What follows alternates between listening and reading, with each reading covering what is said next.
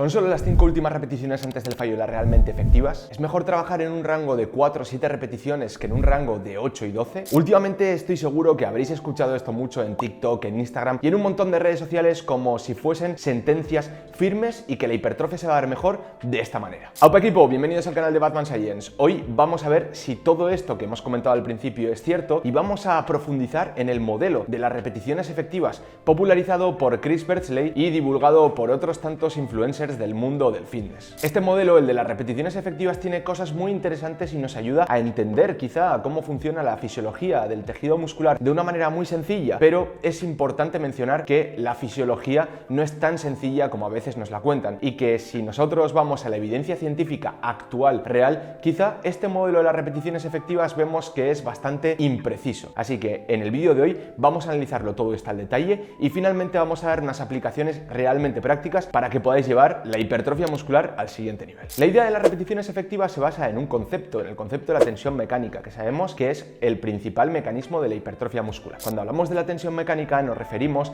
a la fuerza que ejercen cada una de nuestras fibras musculares y cuando esos niveles de tensión superan un umbral, en cada una de nuestras fibras musculares tenemos mecanosensores o mecanorreceptores, que son al final moléculas, proteínas que se encuentran dentro de las fibras musculares que captan la tensión mecánica que se está generando y esta tensión mecánica la convierten en eventos moleculares que terminan en la hipertrofia muscular. Por lo tanto, para que haya un aumento de la masa muscular, para que sea una hipertrofia, se tiene que generar tensión mecánica. Para ello se tienen que activar las fibras musculares y cada una de estas fibras musculares tiene que generar un nivel de tensión determinado. Y este modelo de las repeticiones efectivas se basa en este concepto principal. Las unidades motoras son el conjunto de fibras musculares inervadas por la motoneurona correspondiente. ¿Por qué explico esto? Porque a partir de ahora hablaremos del reclutamiento de las unidades motoras. Lo que nos interesa es que nuestro sistema nervioso reclute todas las unidades motoras de un grupo muscular determinado y cuando estas unidades motoras estén todas reclutadas ejerzan un nivel de tensión determinado. Tenemos principalmente dos tipos de unidades motoras, las de alto umbral y las de bajo umbral. Las unidades motoras de alto umbral están principalmente inervadas por fibras de contracción rápida. Son aquellas fibras que son capaces de ejercer unos niveles de fuerza mucho más altos pero que se fatigan antes también. En cambio, las unidades motoras de bajo umbral están principalmente inervadas por fibras lentas, de lenta contracción. Y ya que lo que nos interesa es reclutar todas las unidades motoras y que ejerzan mucha tensión, vamos a ver cómo conseguimos esto. Por un lado, cuando utilizamos cargas altas, como por ejemplo cargas con las que solo somos capaces de hacer entre 3 y 5 repeticiones máximas, como desde el principio, desde la primera repetición, las demandas para generar fuerza son muy altas, nuestro sistema nervioso manda la señal para que se recluten todas las unidades motoras. Necesito superar una carga muy alta, entonces tengo que reclutar todas las unidades motoras y todas estas fibras musculares que están reclutadas tienen que generar unos niveles de fuerza muy altos, una tensión muy alta. Por lo tanto, utilizando cargas muy altas, del 3 a 5 repeticiones máximas, podríamos reclutar todas las unidades motoras y que generen un nivel de tensión suficiente como para que se den estas adaptaciones. En cambio, tenemos un segundo escenario que es cuando utilizamos cargas bajas y las llevamos hasta el fallo muscular. Aquí se sigue el principio de reclutamiento o la ley de Henneman que nos dice que al principio, como la carga es baja, imaginaos una carga con la que somos capaces de realizar 20 repeticiones. En las primeras repeticiones las necesidades de generar fuerza no son muy altas, por lo tanto se van a reclutar primero las unidades motoras de bajo umbral, aquellas que están inervadas por las fibras de contracción lenta, que son fibras musculares que no tienen tanta capacidad de generar fuerza pero que son más resistentes. Pero según nosotros vamos haciendo repeticiones y nos acercamos al fallo, lo que sucede aquí es que estas fibras lentas se van a ir fatigando y se tienen que reclutar las unidades motoras de mayor umbral, aquellas fibras que hemos dicho que son capaces de generar más fuerza. Y justamente si vamos a 15-20 repeticiones como comentábamos antes, las primeras repeticiones son muy rápidas, básicamente porque estamos muy frescos. Pero según nos vamos acercando al fallo, aunque nosotros queramos ejercer mucha fuerza y realizar las repeticiones rápidas, cada vez la velocidad de ejecución va descendiendo, velocidad de ejecución involuntaria. Y que justamente cuando esa velocidad de ejecución va descendiendo es cuando coincide que se reclutan estas unidades motoras de alto umbral, cuando la tensión que se está ejerciendo es bastante alta. Entonces, Chris Birchleigh lo que nos dice es lo siguiente: si justamente cuando utilizamos cargas muy altas alrededor de las 5 repeticiones máximas, desde la repetición número 1 se reclutan todas las unidades motoras, y luego cuando utilizamos cargas bajas, justo hacia el final es cuando se reclutan todas las unidades motoras, sobre todo las de alto umbral, pues más o menos alrededor de las 5 últimas repeticiones antes del fallo serían aquellas repeticiones efectivas, cuando se han reclutado las unidades motoras de alto umbral y han ejercido una tensión suficiente. Con esto que hemos mencionado se suele hacer referencia a la curva fuerza-velocidad, que creo que se entiende bastante mal. Básicamente esta curva de fuerza-velocidad nos está diciendo que cuanta más fuerza se ejerce, la velocidad es más lenta. Y esto sería porque se forman muchos puentes cruzados de actina y miosina y estos puentes cruzados permanecen mientras se generan niveles altos de tensión. Ahora bien, no es lo mismo que nosotros realicemos las repeticiones lentas de forma voluntaria o que esas repeticiones sean lentas de forma involuntaria, cuando nuestro objetivo es generar niveles altos de fuerza. Y esto lo podríamos ver cuando utilizamos cargas, por ejemplo, del 5RM, 5 repeticiones máximas. Desde la repetición número 1 va a ser lenta esa repetición, o en las últimas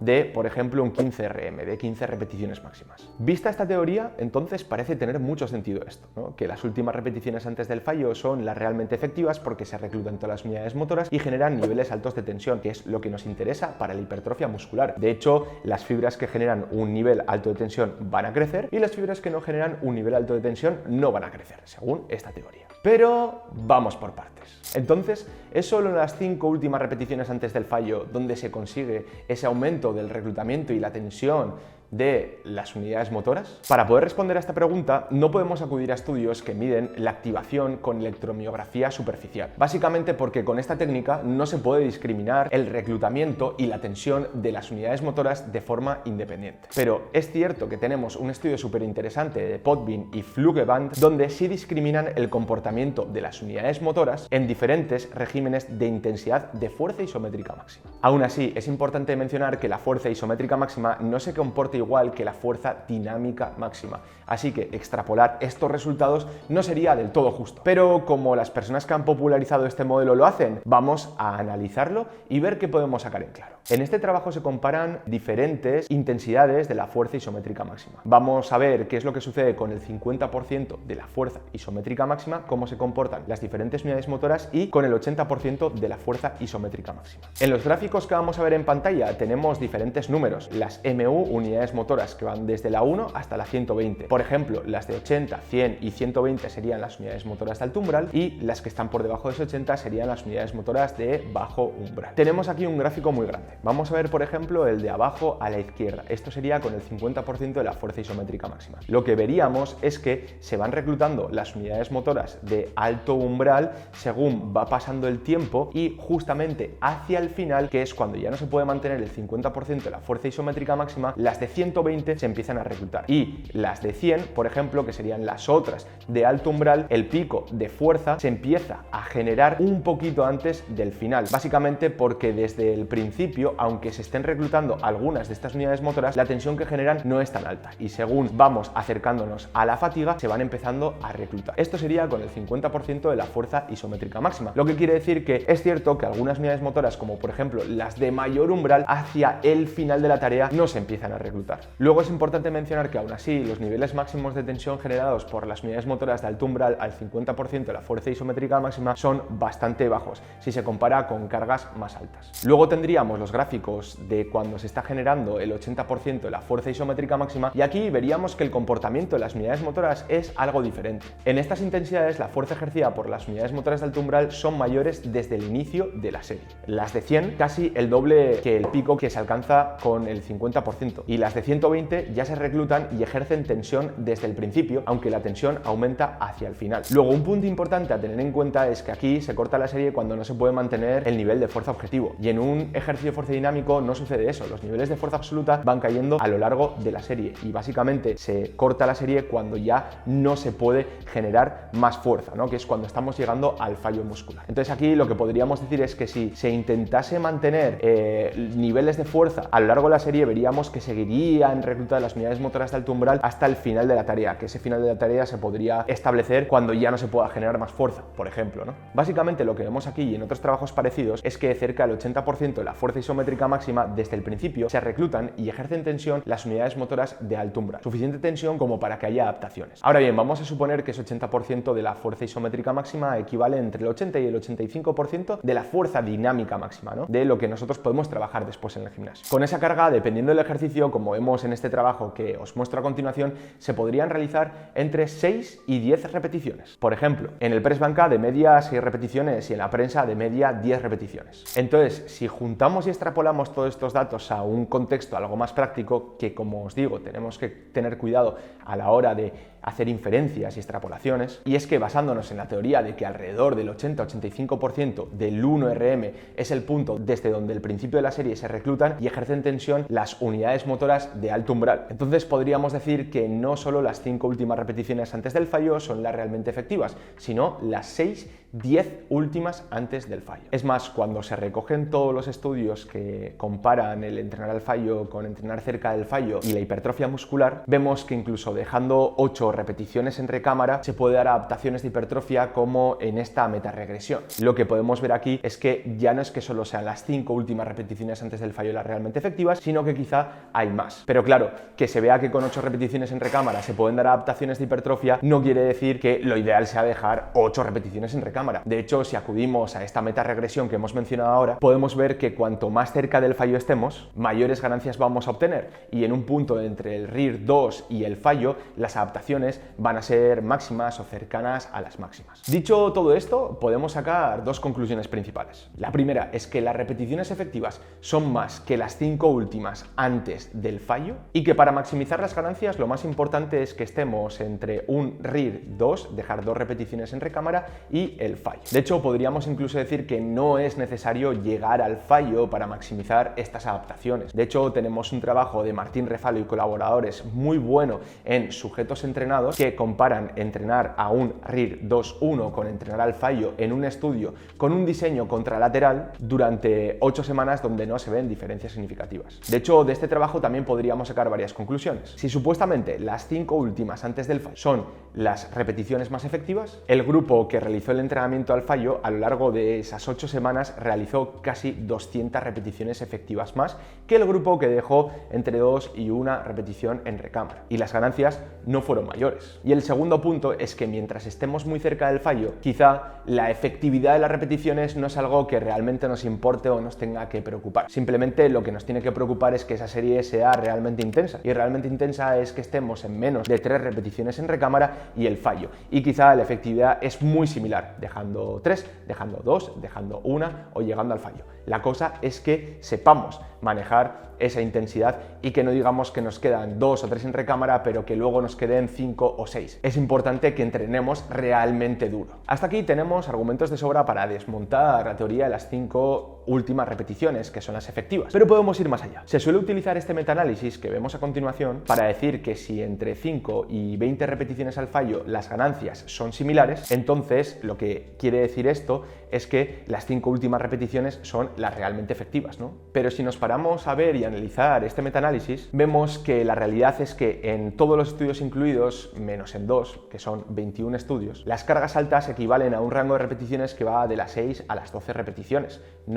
Las cargas altas no equivalen a ir entre 3 y 5, por ejemplo. Y en uno de esos 2 estudios que sí que las cargas altas equivalían a ir a 5 repeticiones, cuando comparan las cargas altas con las bajas, el grupo que realizó 5 repeticiones realizó más series y descansos más largos que el grupo que realizó 15 repeticiones hasta el fallo. Lo que quiere decir que aquí no podríamos sacar entonces la conclusión que entre 5 y 20 repeticiones o 25 repeticiones al fallo las ganancias van a ser similares. Quizá la conclusión que podemos sacar es que entre 6, 8 repeticiones y 15, 20 repeticiones hasta el fallo no habría muchas diferencias en la hipertrofia muscular. De hecho, tenemos trabajos individuales como este de Keitaro Kubo, que no estaba incluido en este metaanálisis, que os voy a enseñar. En este trabajo se comparó realizar varios protocolos. Por un lado, 7 series a 4 repeticiones máximas, comparado con 4 series a 8 repeticiones máximas y 3 series a 12 repeticiones máximas. Estas series se realizaron en el press de banca y se midió con resonancia magnética el volumen muscular del pectoral. El protocolo duró 10 semanas y los resultados son los que vemos en pantalla. También importante mencionar que tuvieron un grupo control, que esto en la mayoría de estudios no suele haber, que es interesante. En este trabajo veríamos entonces que no hubo diferencias significativas entre grupos en la hipertrofia muscular, y podríamos incluso decir que para igualar el efecto de las 8 o 12 repeticiones, habría que aumentar el número de series a 4 repeticiones, incluso casi que doblarlas,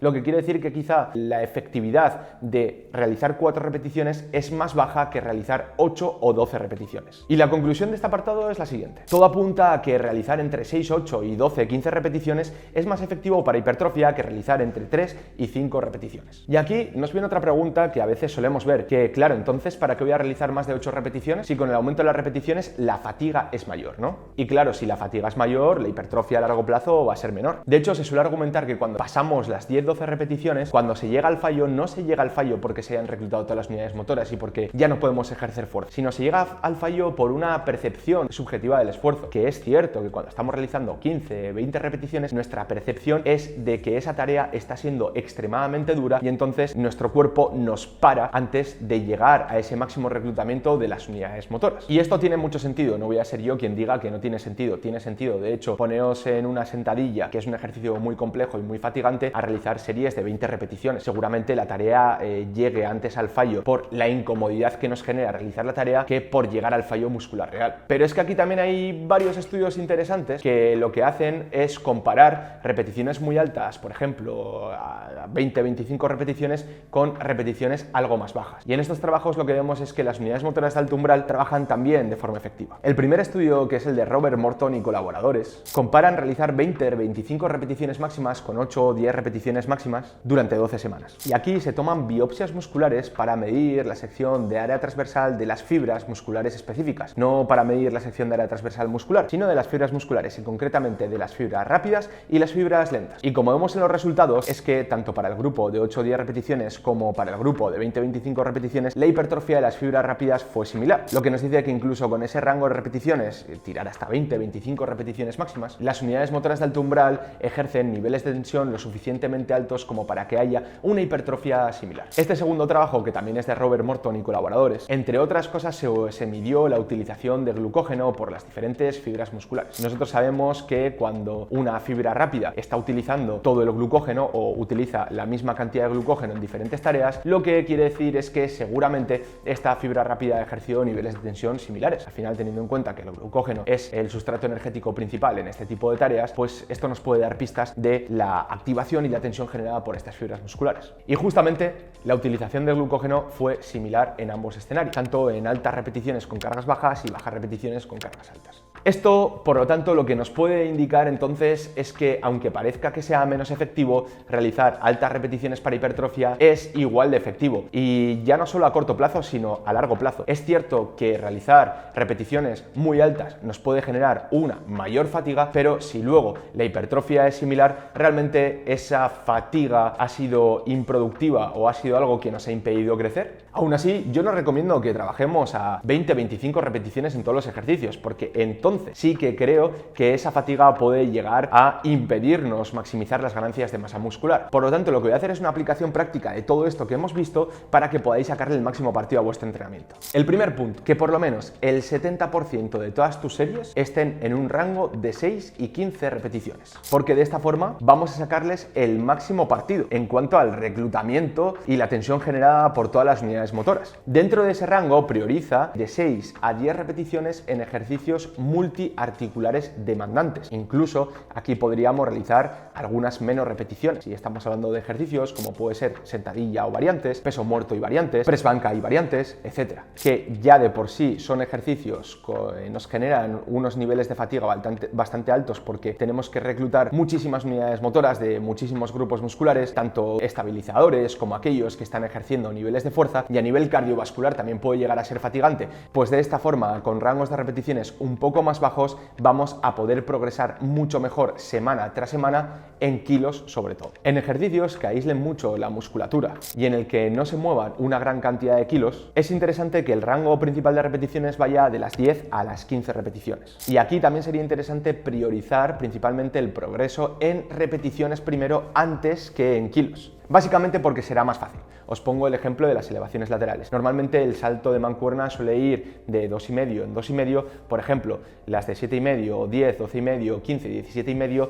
y no podemos pretender saltar de mancuerna de 10 kilos a 12,5 de una semana a otra, o incluso de 15 a 17,5 de una semana a otra, porque el aumento relativo de la carga sería muy alto. Por lo tanto, en este tipo de ejercicios lo que yo recomiendo es que vayamos a un rango de repeticiones muy amplio, incluso podemos ir de las 8 a las 15 repeticiones, que semana a semana intentemos aumentar una repetición al menos en alguna de las series, o incluso si aumentamos en todas las series, pues seguir aumentando repeticiones, y cuando lleguemos al otro extremo del rango de repeticiones, hemos dicho que hemos empezado en 8 o 9 repeticiones y terminamos en 14-15, entonces ya saltamos de mancuerna, y tanto en ejercicios como elevaciones laterales, como puede ser algún ejercicio de curl de bíceps, o incluso ejercicios que aíslen musculatura incluso más grande, como unos cruces de polea para el pectoral, o algunos ejercicios de espalda, por ejemplo. Además, como son ejercicios algo menos fatigantes, no va a pasar nada por aumentar el número de repeticiones e irnos a rangos de repeticiones un poco más altos. Y aquí el último punto: ¿se puede ganar masa muscular entrenando en un rango de 4-8 repeticiones exclusivamente? Y la respuesta es que claro, se puede ganar masa muscular, porque ahora vemos a gente en redes sociales que dice: este es mi físico entrenando a 4 o 8 repeticiones y haciendo no sé qué. Claro que puede ser tu físico y claro que puedes ganar masa muscular. Yo no estoy diciendo que no se pueda ganar masa muscular. Lo que estoy diciendo es que quizá es menos eficiente a la hora de maximizar las ganancias de masa muscular. Y seguramente será mejor si variamos el rango de repeticiones, como hemos comentado, dependiendo de los ejercicios utilizados. Incluso en un mismo ejercicio podemos variarla con top sets o back of sets. También es importante mencionar que a lo largo de las semanas la carga de entrenamiento va a ir aumentando, que quizá cuando tenemos articulaciones algo tocadas, el hecho de aumentar el rango de repeticiones y bajar la carga puede ser más interesante, y esto también nos permite dar un estímulo completo a los diferentes grupos musculares. Espero que haya quedado claro esto, y si de repente veis en redes sociales a alguien que está diciendo esto de que son las últimas 5 repeticiones, que no hay que hacer más de 12 repeticiones o este tipo de cosas, lo que os recomiendo es que le mandéis este vídeo para que se lo vea al completo, que hacemos un análisis de la literatura. Hay muchísimos más estudios que se podrían haber analizado, pero habría quedado un vídeo extremadamente denso, y quiero que, aunque haya evidencia científica, que haya una aplicación práctica, que es lo más importante para que podamos sacarle el máximo partido a nuestros entrenamientos. Si os ha gustado esta camiseta, os dejo el enlace aquí abajo para que podáis adquirir la vuestra. Y nada más, muchísimas gracias por estar aquí, y como siempre decimos, no brain, no gain.